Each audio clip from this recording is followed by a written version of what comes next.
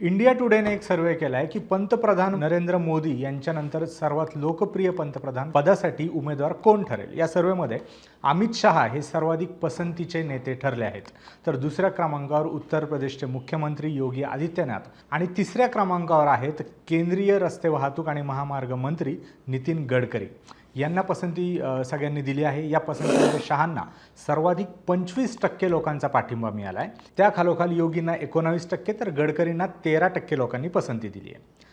या सर्वेचं कारण काय तर RSSचे सरसंघचालक मोहन भागवत यांनी केलेलं एक वक्तव्य। 75 वर्षांनी नेत्यांनी निवृत्त व्हायला हवं असं सुचवणारं विधान सरसंघचालक मोहन भागवत यांनी केलंय।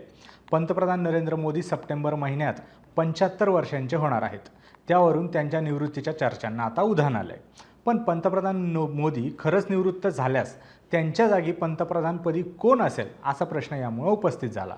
त्याच्यासाठी इंडिया टुडेने एक सर्वे केला। या सर्वेमध्ये अजून काही गोष्टी कळल्यात, म्हणजे नरेंद्र मोदी हे 14 पासून पंतप्रधान आहेत, त्यांची ही तिसरी टर्म आहे, पण ही टर्म पूर्ण होण्याआधीच ते 75 वर्षांचे होत आहेत। त्यामुळे भाजपाने 75 ओलांडलेल्या नेत्यांना निवृत्त केलंय। त्यामुळे जर वेळ आलीच तर BJP कोणाला संधी देणार असा प्रश्न पडलाय। या सर्वेमधून अजून काय काय आकडे समोर आले ते सुद्धा आपण बघूयात।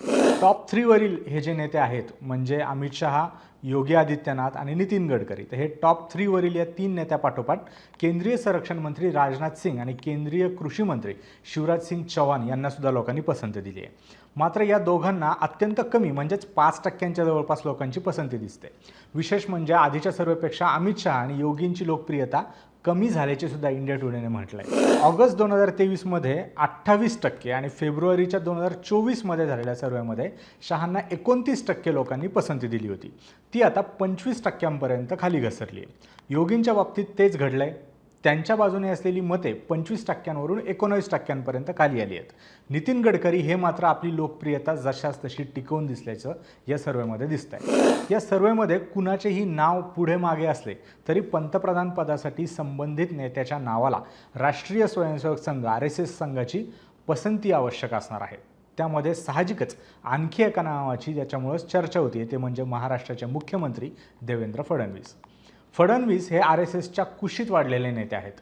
सुसंस्कृत, अभ्यासू, उच्चशिक्षित नेते म्हणून महाराष्ट्रासह देशात त्यांनी आपली ओळख निर्माण केली आहे। महाराष्ट्रातील भाजपमध्ये सध्या त्यांच्याशिवाय पानही हलत नाही। ते दिल्लीत जाण्याबाबत सातत्याने चर्चा घडत आहेत। पण आता नरेंद्र मोदी नक्की कधी निवृत्त होतात आणि त्यानंतर भाजप पंतप्रधान पदासाठी कोणाला संधी देतं हे पाहणं महत्त्वाचं ठरणार आहे।